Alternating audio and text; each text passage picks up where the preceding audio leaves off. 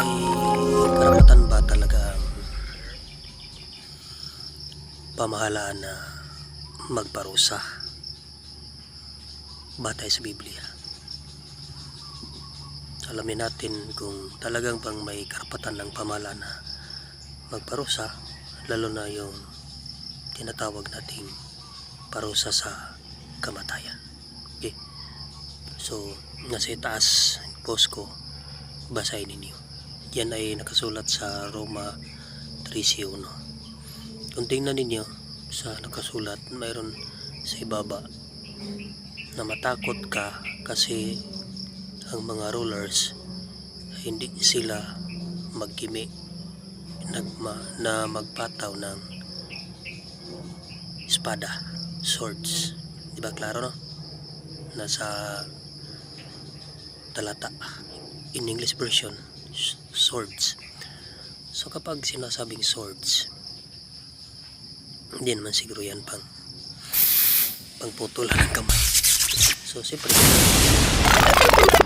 during the Roman Empire sa buong Israel, kasi ang Israel ay under sa Roman Empire, kaya sinulat yan ni Apostle Paul na dapat talagang rumispeto ang mga tao sa kanilang lugar, dahil ang pamahalaan na may karapatan talaga na magparusa. Siyempre ang swords ay that is symbol of death, no? Then sa Old Testament, ng Diyos mismo ang nag-utos sa mga Israelites na lahat ng kalaban ng Israel ay talagang papatayin nila. Lalo na sa panahon ng mga hukom, panahon ni Joshua, nakipagdigmaan ng mga Israelites, no? So ibig sabihin, ang pamahalaan ay binigyan talaga ng authority na mag-impose ng penalty, either habang buhay o kaya death penalty.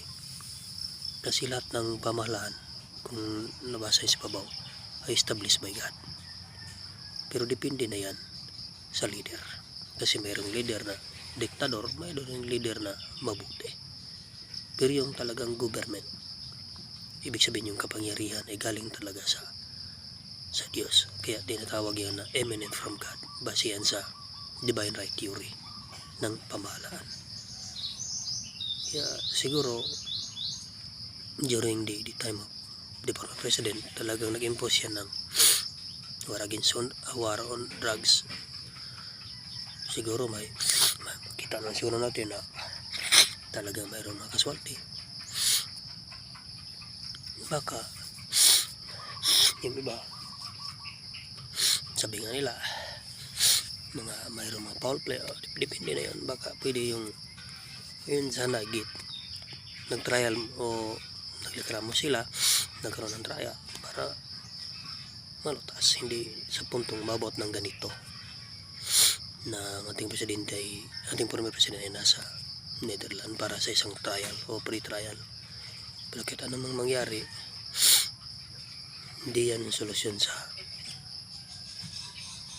lalong naghihirap na Pilipinas.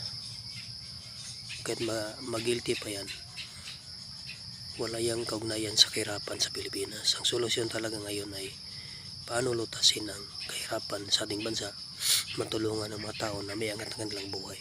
Hindi solusyon yung trial na yan, no? Nagpapahirap lang yan sa ating bansa. Okay? So the solution is magkaisa, magtulungan ng bawat isa kung talagang mahal mo ang kapwa mo Pilipino. Okay? Follow for more.